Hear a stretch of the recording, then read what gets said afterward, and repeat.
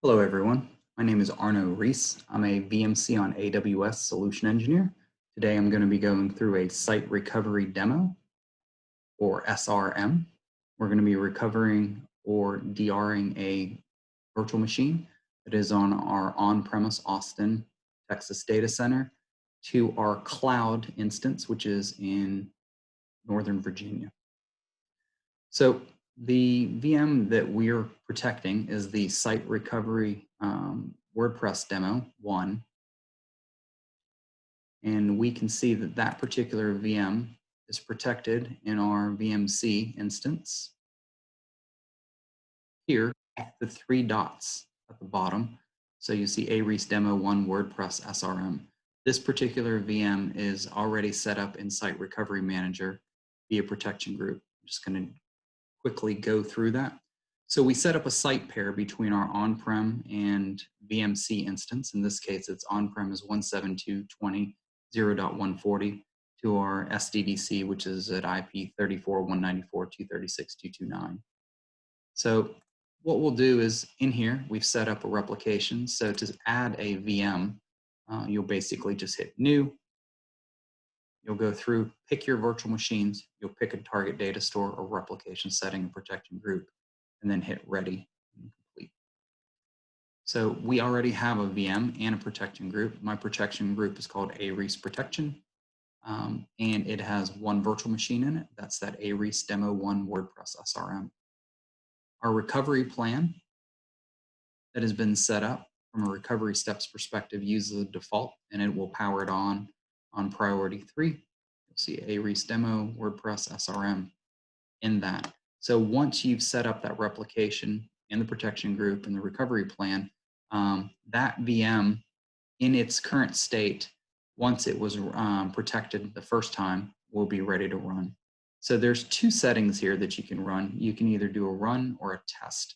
I'm actually going to do a run. So what that will do once we run this particular VM that is on-prem, this ARES demo WordPress SRM, will actually get shut down.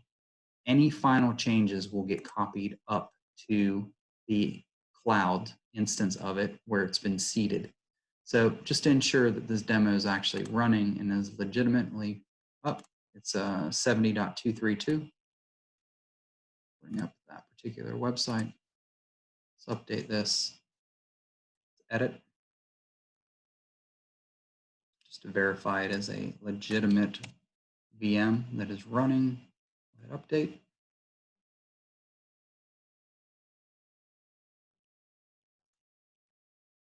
Scroll down here. So we see that version 4 has been updated. So that VM has just been updated on premise where it's actually running. To run Site Recovery Manager, all you do is go to Menu, you click on Site Recovery. That'll bring up this tab, which I've already logged into. And we are going to run a disaster recovery on that VM, and we're going to go from the protected site, which is local, to our SDDC in the cloud. We're going to agree that that process will permanently alter the VMs and hit next. I'm going to validate the protected site, which is on-prem, to the recovery site in VMC on AWS. Finish. And the process will begin. Cool part here is while this is working, you can check if there's any issues in any of your DR plans. That's where test really comes into play. If you have any issues, they'll crop up here. We also have history. It will keep all your history, I think, back to custom length of days. I'm usually here within 7 days. I ran this earlier today, so ran it. We did a recovery, then we reprotected, recovered, and reprotect. That's what we're going to do here. So I'm expecting this recovery to run about 2 minutes, the reprotect about 2, the recover back's about 4, and then this should be about the time that it takes to run. So what we'll see in the recovery steps, about 91% complete.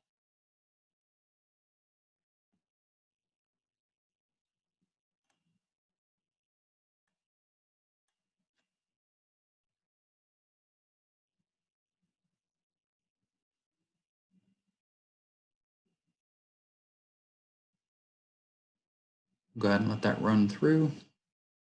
As I stated, this VM here will get powered down on premise. Hit refresh. As it has. So this VM is now down. So as the disaster was declared, we declared that our on-premise environment is no longer viable. We want to be running this in VMC on AWS. This VM now is running in VMC on AWS. It had an RPO of 30 minutes or an RTO of 30 minutes. And so this has no, it's been updated every 30 minutes. You can actually take that down to a 5-minute interval with Site Recovery Manager. Let's see if that is complete. Gosh, it's almost done.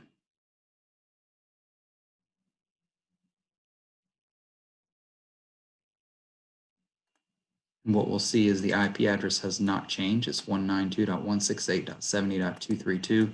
We are on a layer 2 stretched network. So we do retain our IP addresses between on-prem and the cloud.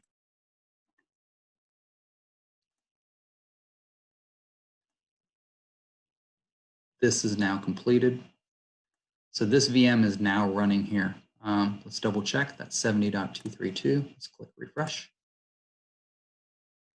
It is running. What we'll do, just to verify that it's running, we'll edit this.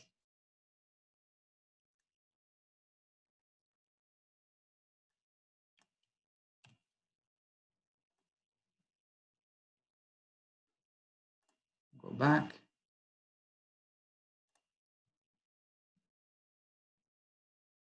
Version 5. Okay. So what we'll do next is we will go here into site recovery.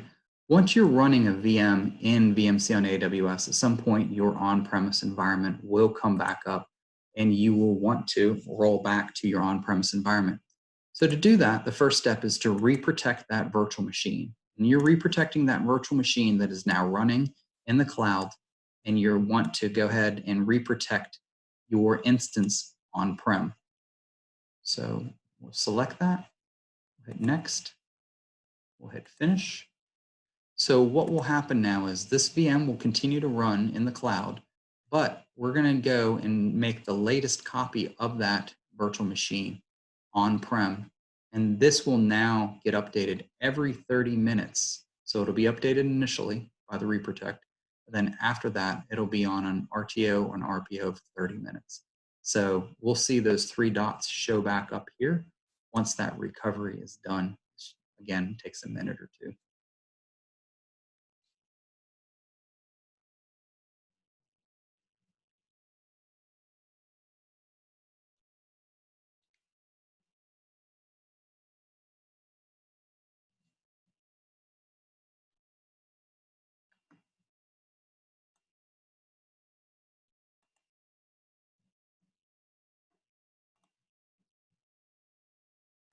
There we go. Started the reprotection process. You see the 3 dots around the VM. That shows that Site Recovery Manager is now protecting that virtual machine on-prem from the copy that is running in the cloud.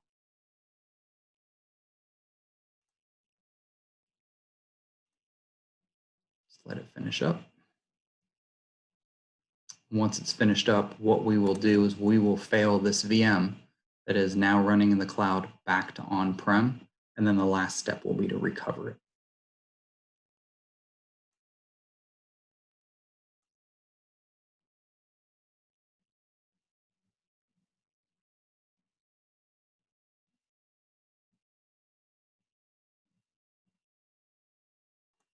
And in history, we'll see that time. So that recovery will be listed here. If we want to export all of these, we can actually download them in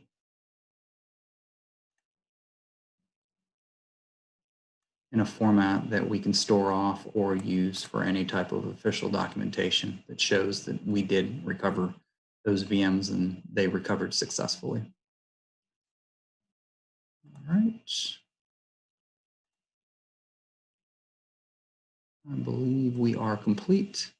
So that VM still running in the cloud, but now we're protected on-prem. So the next step to get that VM up and running in your on-premise environment is to click Run. This time we're doing the opposite, right? We're failing back from the cloud to our local environment. We're going to continue to do this as a disaster. We're going to hit Finish. This one takes a few minutes longer, usually on the way down. Again, so what we're expecting here is that as that VM has its latest delta of changes copied over, this VM on the cloud will power down, and this VM on-prem that was protected will power up. And again, the IP address in our case will stay the same due to the layer 2 stretch network.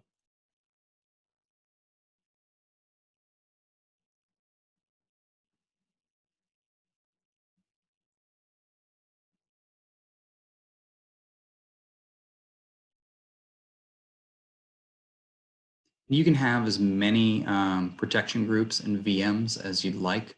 Obviously, the more you add, the longer it takes. But in most cases, we'll have clients who use protection groups for tier 1 or tier 2 or tier 3 types of applications.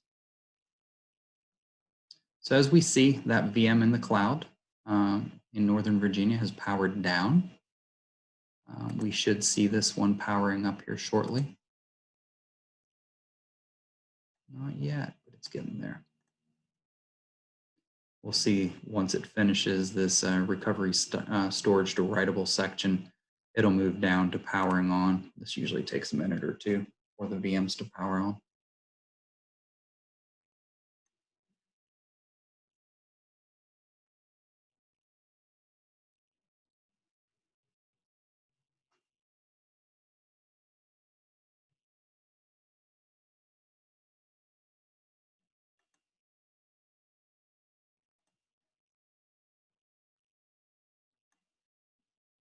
Yeah, it's about to change. It dropped the 3 dots from an SRM protected state, and then this VM will pop up as running.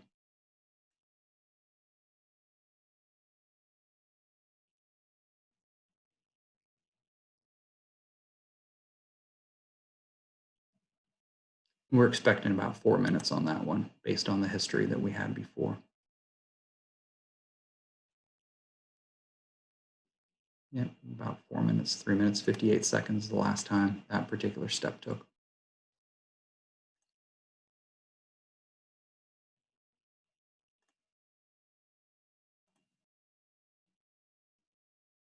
So that VM is powering up. What we'll see is we'll see the IP address then pop up. So as that particular VM comes up, we will see its criteria come up. And we're expecting that when we refresh this VM that is going to be running on premise again, that V5, that SRM demo V5 will show up.